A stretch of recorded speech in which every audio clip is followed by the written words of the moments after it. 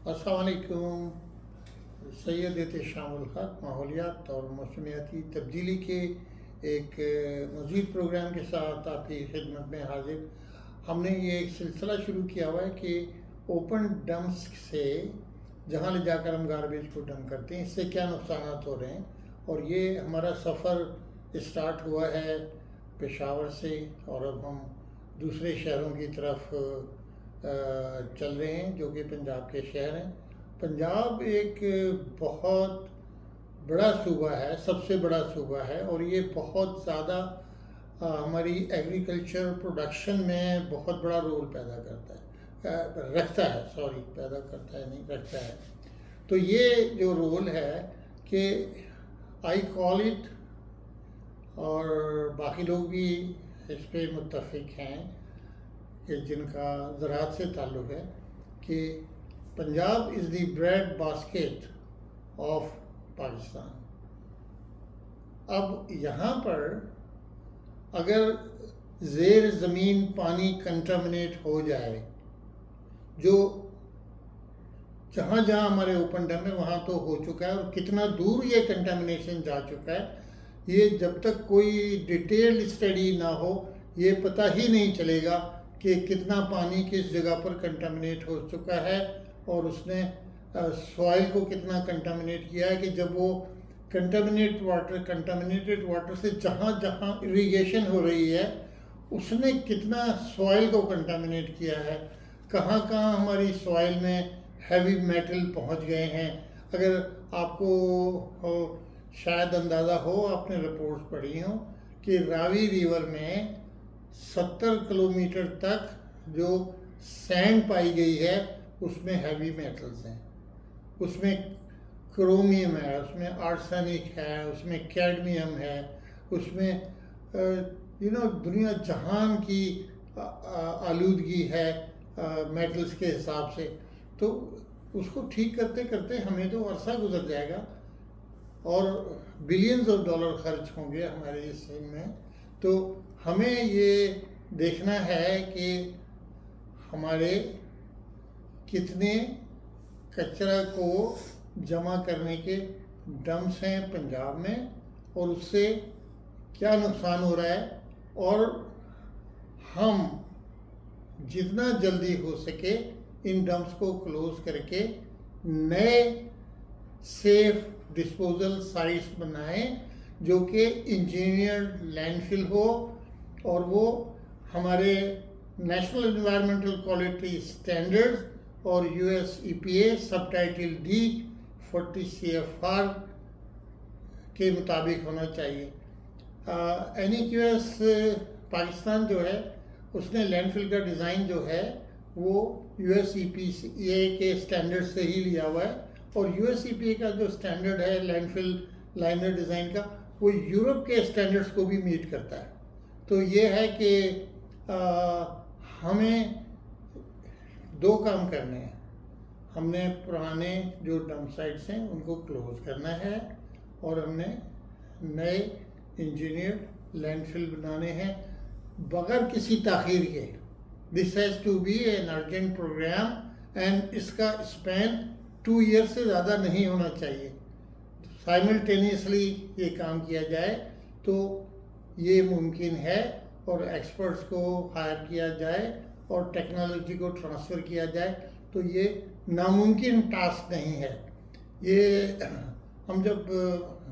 मैं जब Saudi Arabia में काम कर रहा था तो सऊदी अरबिया में जद्दा का बहुत बड़ा लैंडफिल है, और उनका टोटल वेस्ट जो है वो कोई कंस्ट्रक्शन डेमोलिशन वेस्ट को मिला के 4000-5000 ton per day construction waste था, और सॉलिड वेस्ट को मिला के 10,000 टन था। वो we had developed that system for Jeddah in less than 9 months। तो अगर आपकी टीम अच्छी है, आपके लोग ट्रेंड हैं, तो आप टाइम को कंप्रेस कर सकते हैं। वो कैसे करते हैं वो एक दूसरा सब्जेक्ट है। तो अब आपको मैं ले चलता हूँ रावलपिंडी में जो लैंडफिल है वो एक मकाम है लोसार, उसके पास है, और उसमें Rawalpindi waste management company waste dump करती रही है। अंडरग्राउंड वाटर सारा कंटामिनेट हो चुका है। जो लो लाइंग एरिया है उसमें पानी खड़ा हुआ है और वो भी कंटामिनेट हो चुका है। Air emissions are so intense that कई दफ़ा वहाँ की पब्लिक ने प्रोटेस्ट करके वहाँ पर डंपिंग को बंद करवाया हुआ है। तो ये हिस्ट्री उसकी है। और अब पिछले मेरा ख्याल है 1 साल से ये जो इस्लामाबाद का वेस्ट है वो भी उसी जगह पे ले जाके डंप किया जा रहा है।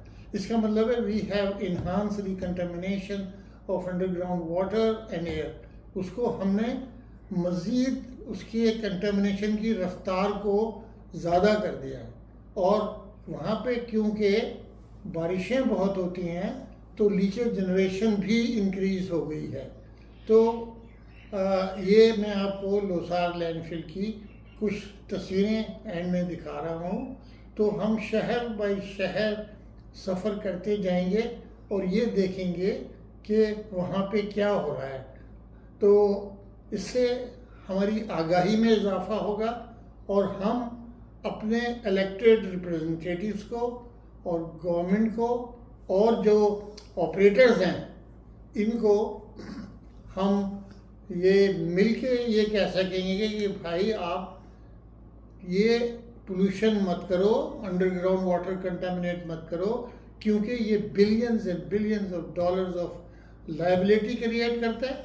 उसके अलावा ये हमारी सॉइल को कंटामिनेट कर देता है और हमारा अंडरग्राउंड वाटर कंटामिनेट हो जाता है। हमारी सेहत पे मुज़र असरात होते हैं इसमें से जो गैसेस निकलती हैं। और देखिए गैसेस की जहाँ बात करते हैं तो इनमें से एक component 50% of the gases from the landfill is methane which can be converted into energy और the gas and can be beneficially used for more than 20 years. तो हम अपना असेट को भी ज़ाया कर रहे हैं और हम कंटेमिनेट कर रहे हैं, लायबिलिटी क्रिएट कर रहे हैं। यहाँ पर मैं ये अर्ज़ करता चलूँ कि पंजाब का जो अंडरग्राउंड वाटर कंटेमिनेशन के मुतालिक एक्ट है उसको हम लोग पढ़ें। मैं अपने इस वीलॉग में भी डाल दूँगा। उसका सेक्शन नंबर 165 सेज, वो ये कहता है कि कोई आदमी दरिया का पानी, अंडरग्राउंड वाटर, नहर का पानी इसको पोल्यूट नहीं करेगा।